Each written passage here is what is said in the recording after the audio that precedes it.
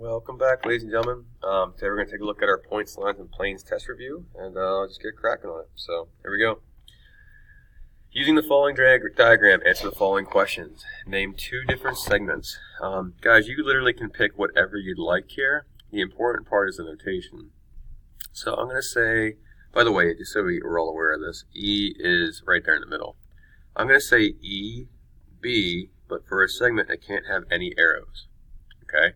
And for my second one, I'm going to say AC. Okay, and again, no arrows on top.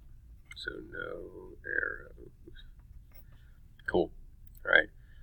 Two different rays. I'm going to go with ED going this way. Now, when I label this, ED, okay, has one arrow on top. All right, one arrow. For another one, we could say EC. Alright, we can say EC there. That sounds good. Again, these aren't the only answers. They're just, examples. Two different lines. Well, you have multiple answers here. You could say line AC with two arrows on top. You could also call that line M, lowercase letter m. Okay. Same thing over here. I could call this line DB with two arrows. But you could also, with that lowercase letter up there, that's a lowercase letter L.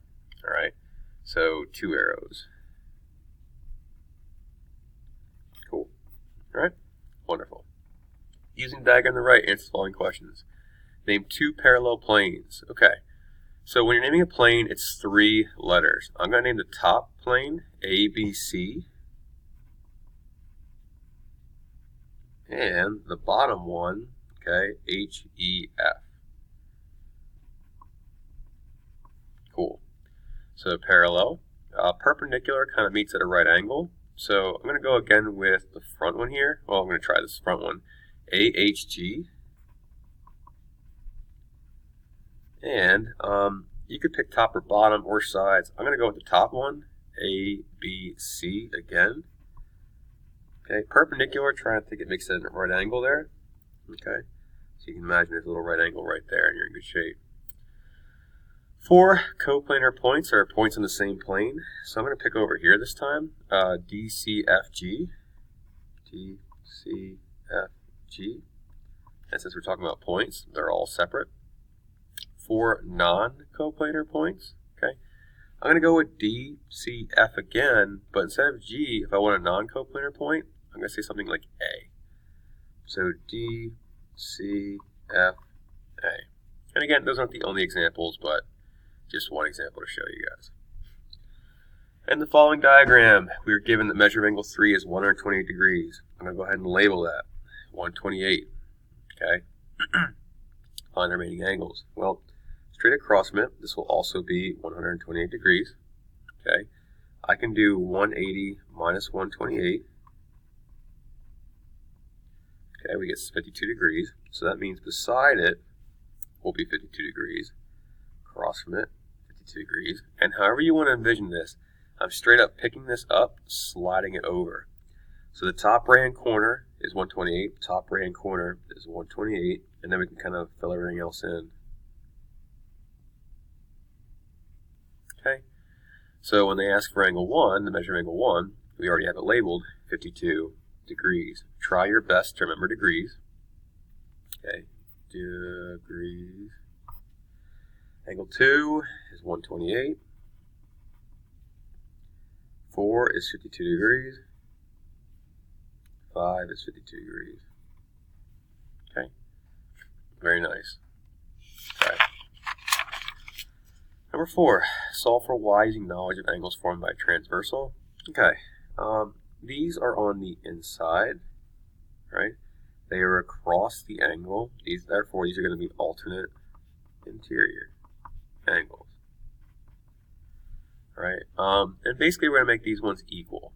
Okay, obtuse and obtuse. So I can say 5x minus 54 equals 3x plus 16.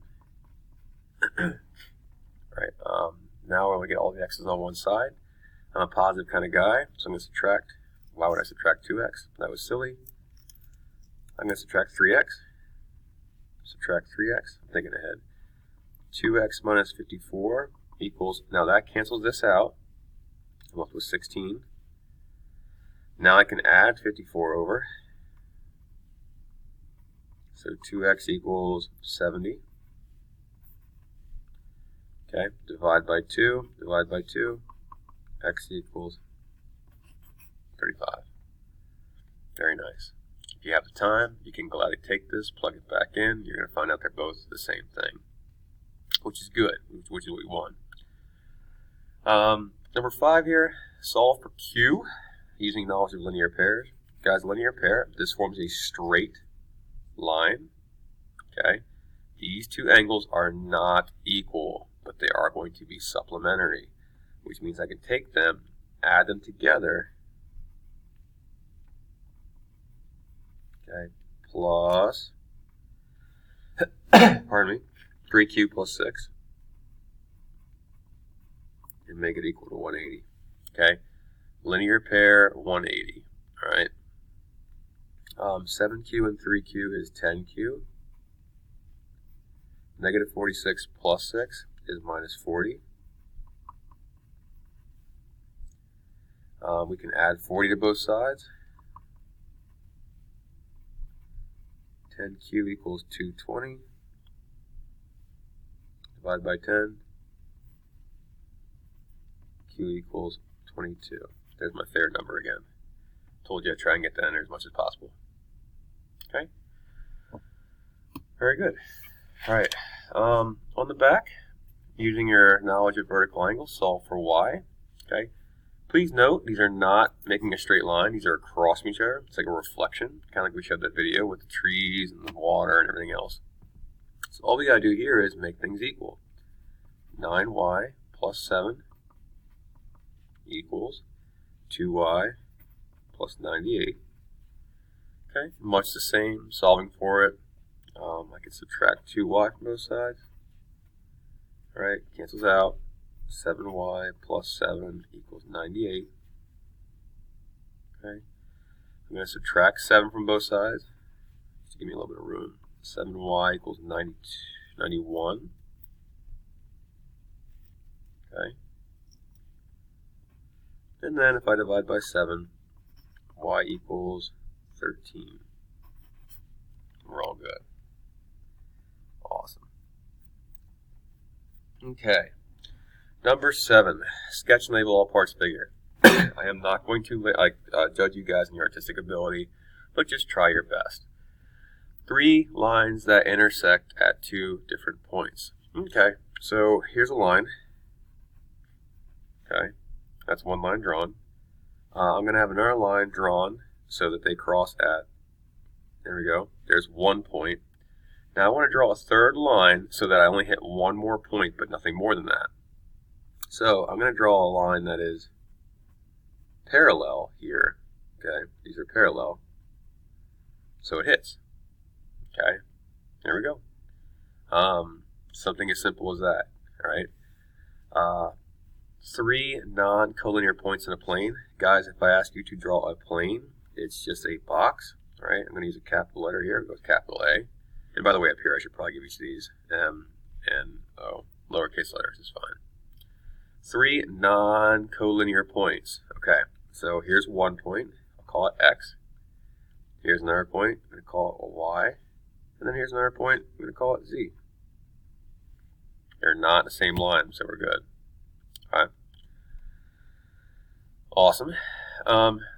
Number 8, solve for X. Hey guys, what kind of angles form with that little box? Hopefully you guys get the right answer.